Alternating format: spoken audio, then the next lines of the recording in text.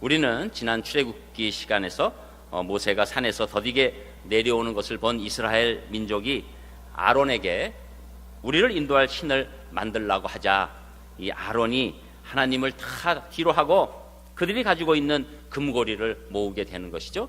그리고 금고리를 모아서 금송아지를 만듭니다. 그리고 이것이 너희를 애굽 땅에서 인도하여 낸 너희 신이다 라고 하면서 이제 그 우상을 섬기게 하는 정말로 비극적인 불신앙적인 잘못된 행동이 나오고 말았죠. 우리는 그 모습을 통해서 오히려 하나님께서 이런 것들 받지 않으시지만 받으시는 예배 특징에 관해서 우리가 지난 시간에 알아보았습니다. 오늘은 이제 하나님께서 모세를 불러서 말씀하십니다. 이 금송아지를 섬기는 우상을 섬기는 이 불신앙에 관해서 이 백성은 목이 곧은 그런 백성이다. 내가 아예 이 이스라엘 백성 진멸하고 말겠다. 이런 아주 하나님의 그 거룩한 분노가 이들 앞에 떨어지게 되는 겁니다. 이 말씀을 들은 모세는 너무 놀라고 너무 좌절됐지만 그래도 마지막 하나님 앞에 간절한 중보 기도를 올리게 되는 것이죠. 이 백성의 죄를 사해 주십시오. 이 백성의 죄가 너무 크기 때문에 만약에 이 백성이 죄를 사해 주시는 것이 절에도 없애는 것이 필요하다면 차라리 제 이름을 생명책에서 지워주세요. 그런 이 이스라엘 민족을 사랑하는 이 모세의 간절한 그 중보의 기도가 하나님께 상달되게 되면서 하나님의 용서의 선포가 이루어지게 되는 겁니다. 이 모세의 중보로 이스라엘 백성들도 결국은 자신들의 잘못을 알고 회개하고 자신들의 장신구를 다 떼내고 하나님 앞에 나아가게 됩니다. 그리고 이제는 진실되게 오늘 이 시간 예배하는 모습이 나타나는 것입니다. 그런데 이 예배를 진실되게 드렸을 때 하나님께서 예배를 통해서 주시는 놀라운 4가지 권능이 나타나게 되는 것이죠. 그래서 오늘 제목도 예배의 권능입니다. 긴 제목으로 하면 진실한 예배를 드리는 자에게 하나님이 부어주시는 4가지 권능이라는 것이죠. 자, 이 4가지 권능에 관해서 우리가 하나씩 알아보겠습니다. 첫 번째는 진실하게 예배를 드리는 자에게 하나님께서 하나님의 임재를 느끼게 역사하신다는 거죠. 그 말씀이 9절 10절에 나와 있습니다. 여러분 순서지 오른쪽에도 있고 또 성경 갖고 오신 분들은 구약성경 133페이지쯤 있습니다. 우리 9절 10절 한 목소리로 읽습니다. 시작. 모세가 회막에 들어갈 때 구름 기둥이 내려 회막문에 서며 여호와께서 모세와 말씀하시니 모든 백성이 회막문에 구름 기둥이 서 있는 것을 보고 다 일어나 각기 장막문에 서서 예배하며 아멘.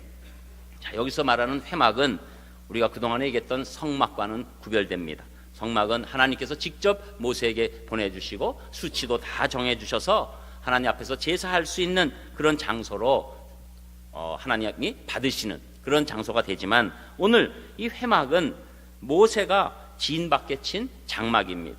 그래서 이 회막, 이 교제가 있는 곳이라고 할 수 있는 그 회막 가운데서 이제 모세가 하나님 앞에 나아가게 되는 것이죠. 구체적으로 7절에 보면 하나님을 앙모하는 자들만 이 회막에 오늘 이 예배에 참여했다고 말하고 있는 것이죠. 그러니까 지금 이 회막 가운데서는 그동안의 불순종과 불신앙을 떠나서 하나님께 진정으로 예배하고 하는 자들이 회막에 모였습니다. 하나님을 앙모하는 마음이 있었습니다. 여러분, 하나님께서는 하나님을 진정으로 예배하는 자들이 모인 곳에 꼭 그것이 진 안이든 진의 바깥이든 아니면 건물이 훌륭하든 건물이 부실하고 훌륭하지 못하든 크고 화려하든 그렇지 않든 하나님의 임재가 임한다는 것이죠. 그래서 하나님께서 여기에 이제 놀라운 임재로 우리를 만나주시고 하나님께서 역사를 보여주시는 그 일이 이 회막 가운데 하나님의 임재로 나타나게 되는 겁니다. 여러분, 여기에 대한 극명한 비교를 사실은 이스라엘 성전을 통해서 우리가 알 수 있습니다. 예수님 당시에 있었던 헤롯 성전, 이것은 대단한 성전입니다. 정말로 그 성전의 그 모습에 또 규모에 그리고 거기에 쌓인 모든 금에 압도당하는 그런 성전이죠. 그러나 우리가 잘 아는 것처럼 그 성전은 예수님의 저주를 받고 AD 70년에 로마의 디도 장군에 의해서 완전히 파괴되는 엄청난 일이 그 성전에 일어난 것이죠. 그러나 동시에 그 이전에 있던 스룹바벨 성전, 이것은 아주 이 이스라엘 사람들이 다시 자기들의 고향으로 돌아와서 어려움 가운데서 지은 성전, 아주 볼품없는 성전이었지만 학개 2장에 보면 하나님께서는 그곳에 임재하심으로 그곳을 영광스럽게 하셨다, 이렇게 말씀하고 있는 것입니다. 그리고 오늘 동시에 나오는 단어 가운데서 이제 구름이라는 단어가 나오죠. 여러분, 구름이라는 단어는 늘 하나님의 임재를 상징합니다. 구름 가운데서 하나님이 임재하시면 하나님의 뜻이 드러나고 놀라운 현상이 예배자 가운데서 나타난다고 항상 말씀하고 있는 것이죠. 그래서 오늘도 구름 기둥 가운데서 이 회막이지만 하나님의 임재를 이스라엘 백성들이 아주 확실하게 느끼는 시간이 되는 겁니다. 여러분, 우리가 이 연약한 존재, 우리 이 부족한 존재가 능력의 존재로 바뀌는 결정적인 과정이 있는데 그것이 바로 하나님의 임재입니다. 하나님 우리에게 나타나 주셨을 때, 하나님의 우리와 함께 있음을 우리가 확실히 깨닫고 나아갈 때, 그때 이 사람이 변하기 시작하는 것이죠. 여러분, 요한복음 11장 40절에 보면 예수님이 죽은 나사로의 누이 마르다에게 이렇게 말씀하셨습니다. 내가 믿으면 하나님의 영광을 보리라. 내가 믿으면 하나님의 영광을 보리라. 그런데 언제 이 믿음이 생깁니까? 여러분, 이 믿음이 예배 때 강력하게 생기는 거예요. 그리고 예배 때 우리가 정말로 잘 드리게 되면 그때 강력한 하나님의 임재를 느끼게 되는 것입니다. 그리고 그 믿음 가운데서 하나님의 영광을 보게 되는 것이죠. 여러분, 저는 우리 교회 예배를 잘 들으신 분들 가운데서 이렇게 말씀하시는 분들을 들어보면 그런 얘기를 하시는 분들이 있어요. 이분들 신앙 경험이 별로 없는데 자기 표현을 그냥 하는 겁니다. 우리 산상교회 예배에서 이제 예배를 드리고 나면 딱 드는 마음이 있는데, 하나님, 예수님 안 믿어서는 안 되겠구나, 이런 생각이 든다는 거예요. 왜 그렇습니까? 제가 협박을 해서요? 여러분도 아시잖아요. 제가 협박은 안 하잖아요. 좀 소리를 크게 해서 그렇지. 그런데 이 예배 때 하나님의 임재를 느끼면, 아유, 그거 설교 잘하네, 말 빠르게 하는데, 이렇게 나오는 게 아니라 하나님, 예수님 믿어야 되겠구나. 하나님이 우리를 보여주시면서 놀라운 마음의 변동을 일으켜 주시는 겁니다. 저는 우리가 예배 잘 드리고 있지만 우리가 더 예배 가운데 하나님을 앙모하는 자가 돼서 우리 예배는 정말로 하나님의 임재가 넘치는 귀한 예배 되기를 주님의 이름으로 축복합니다. 그리고 두 번째로는 이 하나님 안에서 이 예배의 권능이 하나님과의 대화로 연결되게 된다는 것이죠. 그 말씀이 11절에 나옵니다. 우리 11절 또 우리 다 같이 읽겠습니다. 11절 시작. 사람이 자기의 친구와 이야기함 같이 여호와께서는 모세와 대면하여 말씀하시며 모세는 진으로 돌아오나 눈의 아들 젊은 수종자 여호와는 회막을 떠나지 아니하니라. 아멘. 여러분, 회막에서 오늘 하나님께서 모세와 말씀하십니다. 근데 더군다나 말씀하시는 정도의 그 수준이 친구처럼 얘기해 주셨다는 것이죠. 여러분, 이건 놀라운 일이에요. 특별히 우리 신약에 와서 예수 그리스도를 믿는 자들에게, 우리 각 사람에게 성령 하나님 임하셔서 하나님과의 늘 대화할 수 있는 소통을 원활하게 인도해 주십니다. 그런데 이 당시 구역에는 어떻습니까?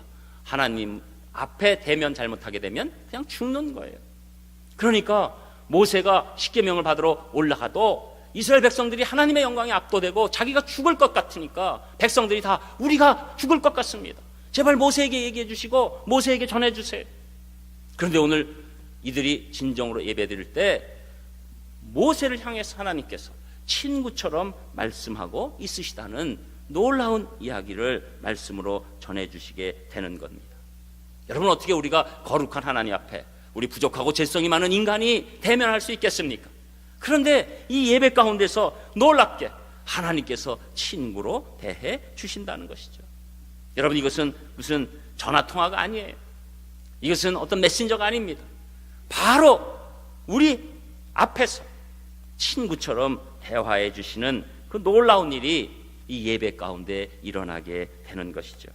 그래서 예배는 하나님이 행하시는 크고 놀라운 일을 체험하는 통로가 되고 신령하고 은밀한 지혜와 지식의 창고를 여는 열쇠가 되는 것입니다. 그래서 이사야서 55장 6절을 보면 너희는 여호와를 만날 만한 때 찾으라, 가까이 계실 때 그를 부르라, 라고 말씀합니다. 여러분, 결정적으로 하나님을 만날 만한 때가 언제입니까? 지금 예배 시간인 줄 믿습니다. 여러분, 하나님께서 이제 우리의 부르심을 응답하실 때가 언제라고 믿으십니까? 지금 예배 시간이라고 믿습니다. 그래서 우리가 이 예배에 놀라운 권능이 있는 거예요. 다른 시간 소중하죠. 그러나 예배 시간보다 더 소중한 시간이 없는 겁니다. 예배는 우리가 하나님을 만나게 되는 결정적인 때입니다. 하나님께서는 친정으로 예배하는 자에게 하나님께서 대화를 해주시는 거죠. 그래서 여러분, 이 예배 잘 드릴 때 우리가 기도하면서 하나님의 음성이 마음 깊은 곳에 꽂히게 되는 것입니다. 그래서 이 예배가 아름다운 예배, 정말로 사모하는 예배가 되는 것이죠. 자, 그래서 모세에게는 이렇게 친구와 같이 얘기하면서 또 한 사람 누가 나옵니까? 여호수아가 나오죠. 그런데 이 여호수아, 눈의 아들 젊은 수종자 여호수아는 이 회막을 떠나지 아니합니다. 왜 회막을 떠나지 않습니까? 예배의 기쁨이 충만하면 이 회막을 떠나기가 싫은 거죠. 여러분, 지금 여기서 저희들 우리 한 350명 지금 예배를 드린다 그러면 각 분이 다 다르죠. 어떤 분은 지금부터 오늘 뭐가 있는데 오늘 코리안 시리즈 어떻게 되나 뭐 이렇게 하는 분도 있고 뭐 여러 가지 분이 있잖아요. 그런데 어떤 분은 그날 예배를 정말로 잘 드려서 이 교회를 떠나기가 싫은, 이 본당을 떠나기가 싫은 분이 있는 거예요. 그래서 여기에 있는 것이 너무 좋다, 하나님과 대면하는 것이 너무 기쁜 일이다, 이런 마음이 있는 분들이 있게 되는 것입니다. 그때 진정한 대화가 일어나게 되는 것이죠. 그래서 여러분, 우리 교회도 이렇게 많지는 않지만 아주 이 손가락으로 세지만 몇 분이 1, 2부 예배를 다 드리시는 분이 있어요. 어떻게 드리십니까? 그냥 여기서 예배 드리고 그냥 여기 있는 게 다 그냥 좋으신 거예요. 하루 종일 있는 것이 그냥 좋은 겁니다. 하나님께서 우리와 대화하기 시작하시면 그곳이 가장 좋은 장소, 기쁜 장소가 될 줄 믿습니다.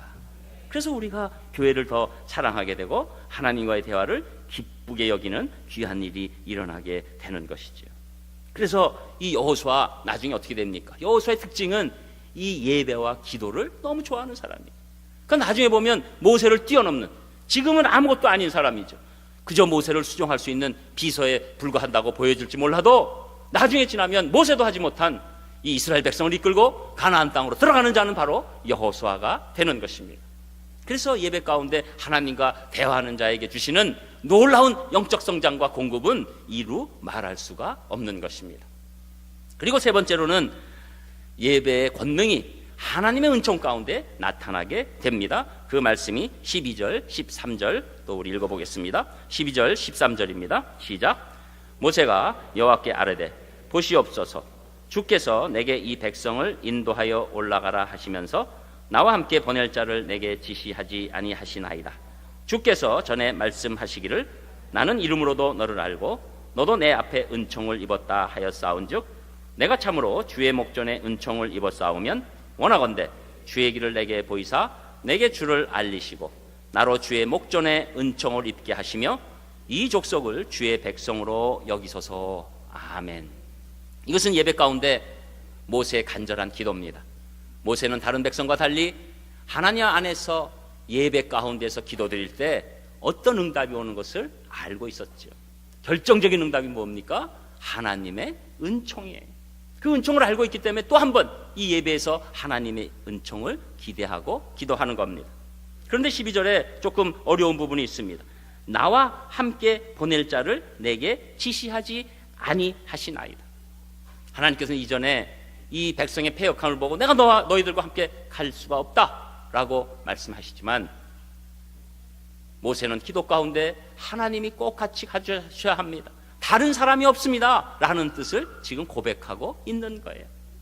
여러분, 하나님께서 우리가 예배를 잘 드릴 때 주시는 그 권능, 그것은 한량없는 은총이 내려오기 시작한다는 겁니다. 회개의 은총, 여러분 회개할 수 있는 것 우리가 마음대로 할 수 있을까요? 절대 그렇지 않습니다. 예배 가운데 내 마음이 이상하게 무너지면서 하나님 앞에 회개 기도를 할 수 있는 그런 놀라운 은혜가 임합니다. 또 구원의 은총, 우리 말씀 가운데서 예수 그리스도의 복음이 그렇게 건조하게 들렸는데 예배 가운데서 내가 예수 그리스도의 십자가를 믿어야 되겠다는 마음이 들게 되는 은혜가 나오는 것이죠.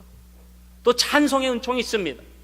그동안에 내가 노래로, 흘러가는 노래로 모든 것들을 감당했다면 이제는 하나님 앞에서 그 가사를 내 마음에 얹어서 내 목소리로 하나님을 높이는 은총이 우리에게 임합니다. 그리고 또 하나님 안에서 감사가 생기고 또 하나님 안에서의 응답이 생각나면서 정말로 이 예배 시간에 하나님의 한량없는 은총, 한량없는 은혜가 쏟아지는 아름다운 시간이 되는 것이죠.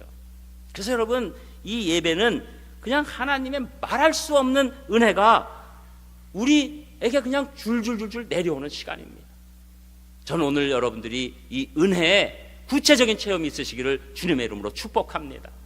우리가 생각할 수 없는 은혜가 내려오는 거예요. 여러분, 우리가 실제적으로 보이지만 가장 중요한 것은 우리가 하나님의 이 놀라운 이 긍휼하심, 자비하심, 인자하심, 사랑하심이 우리 가운데 내려오게 되는 것이죠. 여러분, 이것은 아무리 좋은 부와 지위와 명예가 있다 할지라도 인생에서 이런 것을 느낄 수가 있는 것 아닙니다. 여러분, 아무리 내가 이 실제적인 삶에서 채워진다 할지라도 그것이 하나님의 은총과 섞이지 않으면 아주 메마른 게 돼요. 그래서 마치 여러분 한 비유로 드린다면 그런 것 같습니다. 기계가 있는데 거기에 윤활유가 전혀 없는 기계예요. 그래서 기계는 크고 장대하고 잘 돌아가는 것 같은데 이게 기름이 없어서, 윤활유가 없어서 막 쇳가루가 옆에 떨어지는 겁니다. 여러분, 듣기 싫은 그 칠판 이렇게 긁는 소리 같은 거 있잖아요. 지금도 약간 이렇게 하시면 이거 싫으면 좀 긁어드려야 되는데 이런 거 있잖아요. 막 인생이 이게 하나님의 은총이 내려오지 않으면 다 있는 것 같은데 막 쇳가루가 그냥 찍 하는 소리 가운데서 떨어지는 모습이에요. 그런데 하나님의 은총이 내려오면 겉으로는 부한 것 같지 않은데 풍요가 있습니다. 나 혼자 있는 것 같은데 외롭지가 않은 거예요. 내가 여러 가지 조건은 안 갖춰져 있는 것 같은데 모든 조건이 다 온 것 같은 거예요. 내 몸이 건강하지 않은데 이상하게 강건함이 내 마음 가운데 일어나게 되는 것입니다. 왜 그렇습니까? 하나님의 은총이 윤활유처럼 우리 삶을 돌려주시기 때문입니다. 저는 여러분의 이 하나님의 은총의 윤활유가 넘치시기를 주님의 이름으로 축복합니다.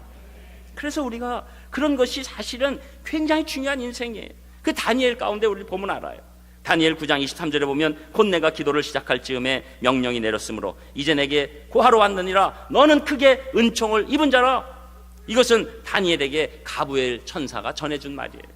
아무리 어렵고 힘들어도 내가 정말로 그때 예배하고 기도한 인생이었기 때문에 너에게 은총을 입었다. 은총이 너에게 임했다. 이렇게 얘기하고 있는 것입니다. 여러분, 다니엘이 편해서요? 다니엘이 인생이 계속 아무런 고통이 없어서요? 그렇지 않죠. 그러나 다니엘이 오히려 목숨을 걸고 예루살렘을 향해서 문을 열고 하루에 3번 하나님 앞에 예배를 드렸을 때 그에게 한량없는 은혜가 임해서 사자굴에 들어가도 나는 하나님이 보호해 주실 것이라는 확신으로 모든 것에 승리가 임했던 줄 믿습니다. 그래서 이 다니엘의 모습 가운데서도 하나님의 은총이 있는 모습, 또 찬송가 438장에 보면 내 영혼이 은총 입어 중한제짐 벗고보니 슬픔 많은 이 세상도 천국으로 화하도다. 높은 산이 거친 들이 초막이나 궁궐이나 다 천국으로 변하도다. 이 고백을 하게 되는 것입니다. 여러분, 우리 인생에서 정말로 중요한 것은 내가 원하는 것 붙잡는 것이 아니라 하나님의 은총이 있을 때 어떤 거라도 그것이 아름답게 변하는 줄 믿습니다. 그래서 하나님께서는 이 은총을 주시면서 또 모세에게 그 이름, 네 이름을 내가 안다 하고 하시면서 이름을 안다는 것은 우리 전입 기억을 다 안다고 말씀해 주시는 거죠. 그래서 여러분, 우리가 하나님 안에 있을 때, 하나님 앞에 온전히 예배드릴 때 하나님의 은총 가운데 있으면 우리의 모든 것을 알고 계시는 분이 하나님의 방법으로 인도한다는 것을 확신하게 되는 것입니다. 그리고 4번째로는 이 예배 권능이 어디서 나타납니까? 하나님의 동행으로 나타나고 하나님 우리 심령에 주시는 안식으로 나타나게 됩니다. 그 말씀 14절에 나옵니다. 우리 14절도 또 같이 읽겠습니다. 14절 시작. 여호와께서 이르시되 내가 친히 가리라. 내가 너를 쉬게 하리라. 아멘. 오늘 좋은 말씀 많이 나오는데 이 내가 친히 가리라. 친히 가리라. 도와줘야 될 그분이 친히 가리라. 여러분, 우리가 어떤 분에게, 높은 분에게 부탁하게 되면 그분의 이름을 전달해도 큰 효과가 있죠. 또 명함에다 그분의 사인을 해서 이분이 이렇게 부탁합니다 하면 더 큰 효과가 있죠. 근데 언제 아주 큰 효과가 있습니까? 그분이 직접 가주는 거예요. 그분이 직접 갈 때 엄청난 효과가 있죠. 그런데 지금 누가 친히 가주신다고요? 우리 인생길에 하나님이 친히 가주시는 거예요. 이게 여러분 놀라운 거예요. 여러분, 우리가 만약에 여러분 지금 있는데 정말 높이는 분, 또 대통령이 여러분과 무슨 일에 같이 가줬다, 얼마나, 저는 뭐 지금 역대 정권 쭉 지나가지만 맨 처음에는 뭐 다들 욕하는 분들, 이런 분들 다 있고, 정권마다 우리는 항상 반씩 갈라지니까 복잡하기 때문에 여러 가지 얘기하기가 싫지만, 그런데도 불구하고 대통령이 불러주곤 하면 다 하는 얘기가 있어요. 그래도 대통령 사람 괜찮던데? 왜 그럽니까? 자기 불러주니까. 여러분, 불완전한 대통령이 가장 높은 자리에 나라에서 있을 때 불러줘도 그렇게 좋은 일이라고 생각하는데, 여러분, 우주 만물의 주관자시고 창조자시고 우리의 미래를 주장하시는 하나님이 여러분에게 친히 가겠다, 여러분에게 무슨 걱정과 근심이 있습니까? 여러분이 근심하고 걱정하실 일은 오히려 내가 하나님께 온전한 삶의 예배, 내 진정한 예배 드리지 못하는 것을 걱정하셔야 되지 않겠습니까? 이게 여러분 인생의 핵심이에요. 친히 가리라, 그것을 우리에게 말씀해 주셔서 이 동행, 하나님의 동행, 이것이 진정으로 예배 드리는 자에게 임하는 것이죠. 여러분, 우리 인생길에서 여러분 지금 2번 걸어가시는 분 계세요? 여러분, 어떤 분들은 우리 부모님들 연세가 많으셔서 이렇게 계시면 죽음에 관한 얘기를 이렇게 할 때 자식들의 입장, 또 그냥 젊은 사람들의 입장은 이제 그 정도 연세 드셨으니까 그냥 편하게 가시지 뭐 이러는데, 그거는 정말로 모르고 하는 얘기입니다. 젊으면 내 본능적으로 멀지, 그래서 그냥 멋대로 죽음 얘기하는 거예요. 그런데 우리가 나이가 들면 이건 얼마 안 있으면 꼭 오는 일이기 때문에 심각한 겁니다. 그런데 여러분, 나이 들었다고 죽음에 대해서 경험한 사람이 있습니까? 다 인생길 초행이에요. 여러분, 갔다 오시고 지금 뭐 또 걸으신 분 있으세요? 병원에 갔다 온 분 말고, 그것도 정신병원. 절대 초행입니다. 절대 초행이에요. 이 초행에 여러분 어떻게 걸어가시겠어요? 하나님께서 동행하시면 이 초행길이 형통한 길로 바뀔 줄 믿습니다. 그래서 우리가 두려워하지 않고 아름답게 나아갈 수 있는 것이죠. 그리고 거기에 추가로 우리에게 무엇을 주십니까? 예배를 잘 드리고 났더니 이제 모세를 통해서 뭐라고 말씀하십니까? 너를 쉬게 하리라. 진정한 평강과 안식이 우리 가운데 임하는 거예요. 이것은 세상이 줄 수 없는 평강이 아닙니다. 이것은 사람이 얘기하는 평강이 아니에요. 마음 깊은 곳까지 뚫고 가시는 하나님의 놀라운 은혜의 안식과 평강이 임하게 되는 것이죠. 그러니까 예수님께서도 이렇게 말씀하지 않아요? 너희는 마음에 근심하지 말라. 하나님을 믿으니 또 나를 믿으라. 평안을 너희에게 끼치노니 곧 나의 평안을 너희에게 주노라. 내가 너희에게 주는 것은 세상이 주는 것 같지 아니하니라. 이렇게 말씀하십니다. 예배를 잘 드리면 우리 마음의 평강, 그래서 여러분, 예배 잘 드리면 이상하게 증오와 분노가 내려가요. 욕심이 내려가요. 고민의 정도가 내려갑니다. 그리고 이상하게 하나님이 주시는 쉼이 우리 깊은 마음 가운데 생기게 되는 겁니다. 여러분, 우리 신체 장기 가운데서 가장 우리 마음의 영향을 많이 받는 장기가 어딘지 아시죠? 위장이잖아요. 그래서 싫은 사람이랑 밥 먹는 게 제일 어려운 거 아시죠? 막 쓴물 올라오는 거 아시죠? 또 아주 싫어하는 사람 한 분도 없는 것 같이 그런 표정 짓지 마세요. 그래서 우리가 위가 가장 스트레스에 민감한 장기가 되는 것입니다. 그런데 여러분, 우리가 예배를 잘 드리고 나면 놀라운 일이 있는데, 이게 밥맛이 좋아진다는 거예요.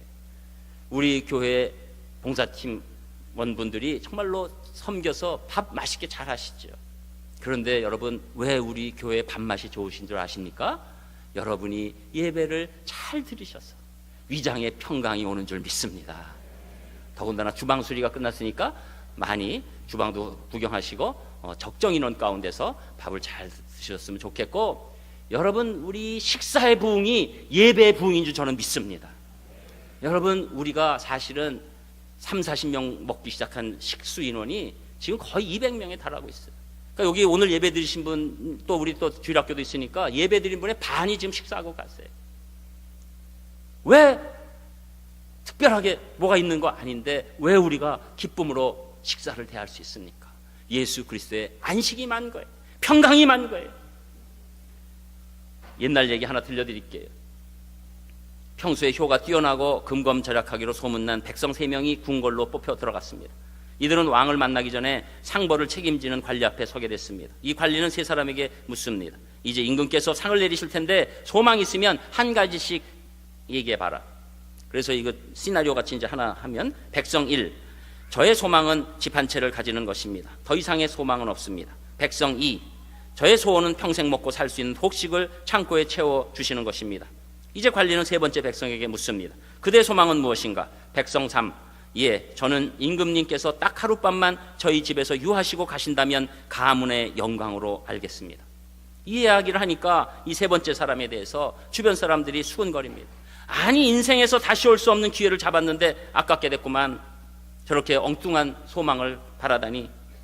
이 3 백성의 뜻은 임금님에게 전달되었고 모두의 소원을 들어주시겠다는 윤화가 내려졌습니다. 첫째 사람에게는 당연히 큰 집이, 2번째 사람에게는 곡간을 다 채워줬습니다. 그런데 3번째 사람의 소원에 문제가 생겼습니다. 하룻밤이지만 임금님이 묵을 그 집이 너무나 누추한 것입니다. 냄새가 나고 바람이 숭숭 드는 곳에서 어떻게 임금님께서 잠을 주무십니까? 또 다른 문제는 그 집에 가기 위해서 좁디 좁은 도랑길을 건너가야 하는데 도저히 임금님의 행차가 불가능합니다. 어쩔 수 없이 집을 고치고 다시 짓게 되고, 모든 식구는 임금님을 맞이하기에 합당한 비단 옷으로 갈아입게 되고, 모든 가구가 바뀌고 곡간이 채워지고 주변의 환경이 정리되고 널찍하게 길이 열리게 되었습니다. 더 이상 무슨 말을 하겠습니까? 여러분, 미련한 자는 자신의 것을 채우려 하지만 겸손하고 현명한 자, 믿음 있는 자는 그분을 모시려 합니다. 그분을 모셔오면서 따라오는 그 부수적인 일을 미리 생각하기 때문이 아니에요. 그분을 모시는 것이 가장 큰 기쁨이 될 것을 알고, 그분을 모시는 것이 내 창조됨의 궁극적인 목적임을 알고, 그분을 모셨을 때 나머지 인생에서의 우리의 채워져야 되고 공급받아야 될 것은 알아서 공급하시는 줄 믿습니다. 이분이 하나님이십니다. 이분을 우리가 기뻐해야 합니다. 그래서 우리가 내일부터 이루시는 하나님에 대해서 말씀 나눌 때, 여러분, 시편 37편 4절이 요절이에요. 여호와를 기뻐하라. 그가 내 마음의 소원을 내게 이루어 주시리로다. 세상에선 들을 수 없는 얘기예요. 하나님을 기뻐하는 것이 소원을 이루는 것과 무슨 상관이 있는가? 그렇지 않습니다. 여러분, 진정으로 하나님을 기뻐하세요. 그러면 여러분에게 필요한 것은 여러분의 어떤 소원이라도 응답하시고 승리하시는 우리의 진정한 예배자로 바꿔주실 줄 믿습니다. 기도하겠습니다. 하나님 감사합니다. 주님께서 오늘 이